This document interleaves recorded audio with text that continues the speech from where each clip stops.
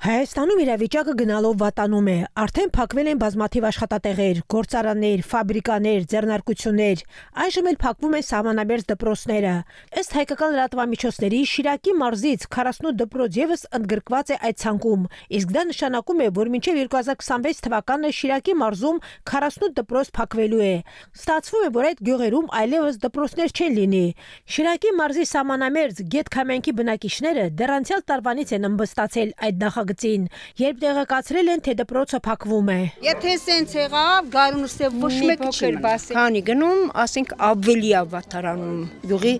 ընդհանուր բնության վիճակը, որ գնան, ջահելները գնան, կամ ասենք քիչ երեխա ունենան, իհարկե պիտի դպրոցներ փակվի։ Բնական է դա։ Հիմա գնում են արտագաղթ կա յուղի։ Դե մոտավորապես մի 40 տուն դատարկ է։ Կեսը ծերերն են, ծնողները մենակ հայրում, արի 70-90 տարեկանում, դե համարի, որ է դուրը փակ է արդեն։ Այսօր որ տղես գնա, ես ու իմ ամուսինը, այս դուր չեղավ տունը փակվել։ Դպրոցով հարցը չի լուծվում։ Հիմնականը ստեղ բնակիչի ապրելակերպը պետք է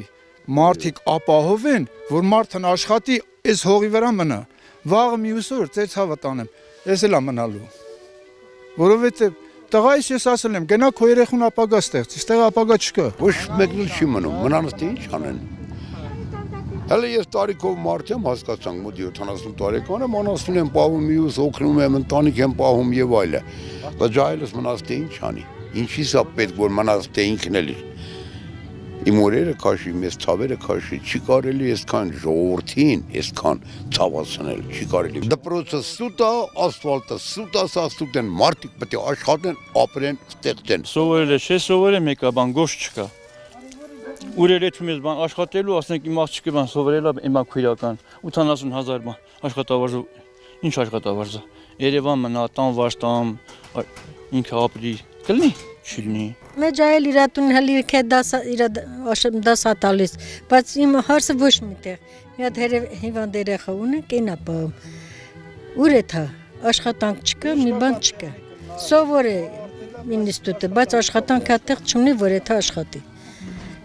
Պիտի արտագաղթի։ Հա բանջ պետք է ան, պետք է թողի, եթե ուրիշ տեղ աշխատի, որ իր երեխան պահի, ոնց պահենք։ Մենք էլ մեր թոշակներով հազիվ ծերին հասնում ենք։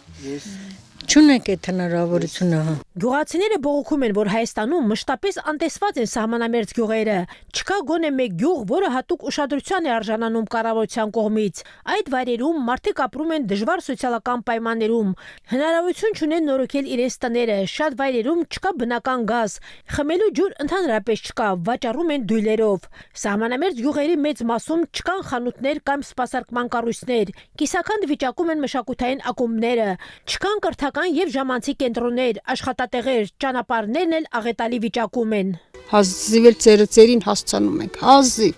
հազիվ դեղերիս, հիվանդանոցները, այդպես ապրում ենք էլ։ Գյուղը չկա, գյուղը մեռել է։ Ոչ էլ վերևից մտածում են, գալիս են խոսք են տալի, այդ կանենք, այն կանենք, ոչ մի բանը չեն անում, բացարձակ։ Ես նորից եմ կրկնում 40 տուն էր գյուղում դատարկա, մի քանի տուն է մնացել։ Մենք էլ որ արանքից ելանք, մեր ծերունդը, էլ ստե գյուղ գոյություն չունի, այդ գյուղը գնալ թուրքերին։ Բա ի՞նչ տանենք։ Եթե աշխատատեղ չկա, եթե հարսը գալիս է ասում է, «Պապ, թոշակդ ստացել ես»։ Ասեմ, «Հա, դե տուր որ տանեմ դեղ առնեմ»։ Ոնց ի՞նչ պատասխանեմ ես։ Այդ անտեղ փողն չկա։ Չկա։ 50,000 թոշակ եմ ստանում, 50,000-ը ինչ կոմունալ ծասեր բանանեմ, փակեմ, հետո մնացած հարցերը լուծենք։ Ալուրը պարտքով, կոմբիկորմը պարտքով, խոտը բերում ենք, խոտ բերողը փողը չեն կարում տալ։ Սա հարցեր են, աշխատատեղ ընդհանրապես չունենք։ Գյուղացիները բողոքում են, որ Հայաստանի կառավարությունը փոխանակ պայմաններ ստեղծի, որ աշխատատեղեր լինեն, բնակչությունը ցանկանա վերադառնալ ումնալ տեղում, հակառակն է անում։ Մի քանի տարի առաջ կառավարության հրահանգով փակվել է գյուղի պղնձի նոր բացված հանքը, առանց աշխատանքի թողնելով բազմաթիվ տեղացիներին։ Մեկը մյուսի հետևից փակվում են նաև սահմանամերձ գրեթե բոլոր գյուղերի դպրոցները,